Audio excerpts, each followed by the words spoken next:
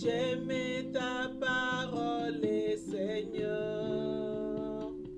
Elle est la vérité sur mon sentier. Pareil, je vais me laisser guider et faire ta volonté sans murmurer, en espérant dans ta bonté.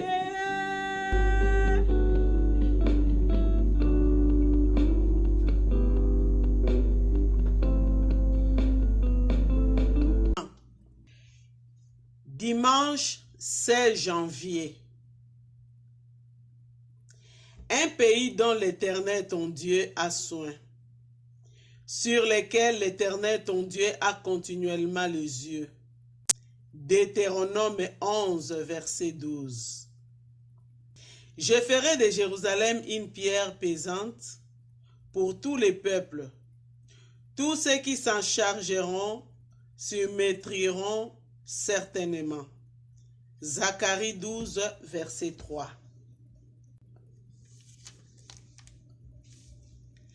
La terre sainte.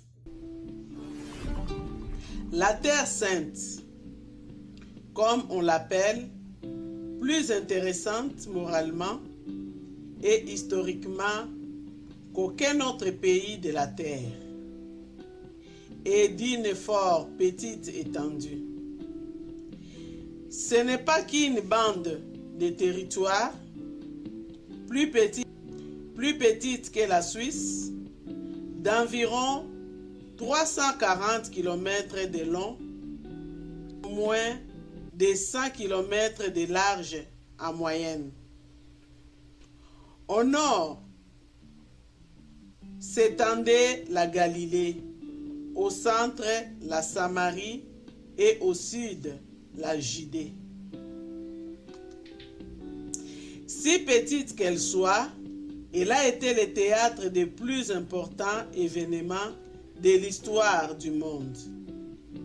C'est là que le Sauveur naquit, vécut et fut crucifié. C'est là qu'il fut enseveli et qu'il ressuscita.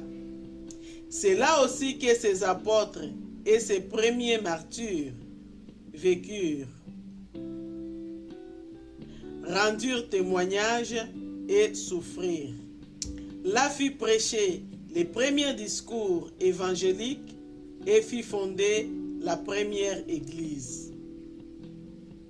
Les pays occupés par Israël étaient situés entre les anciens empires d'Assyrie et d'Égypte. Il dut à sa position de servir souvent des champs de bataille à ses puissances, et nous savons qu'il sera encore la scène de leur dernier et suprême conflit. Daniel 11. Ces mêmes pays exercent un attrait touristique, historique et archéologique incontestable. Pour celui qui connaît la prophétie, l'histoire future de cette terre est au moins aussi intéressante que celle de son passé. Le jour vient où le pays tout entier sera de nouveau peuplé par les 12 tribus d'Israël et rempli de la gloire du Messie, sera le centre gouvernemental et spirituel du monde entier.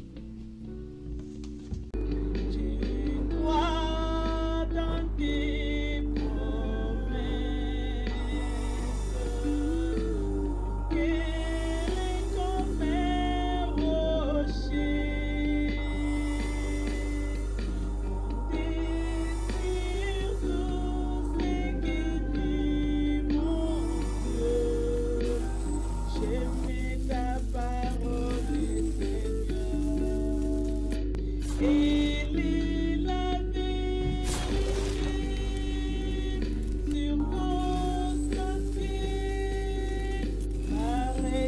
vais me laisser guider.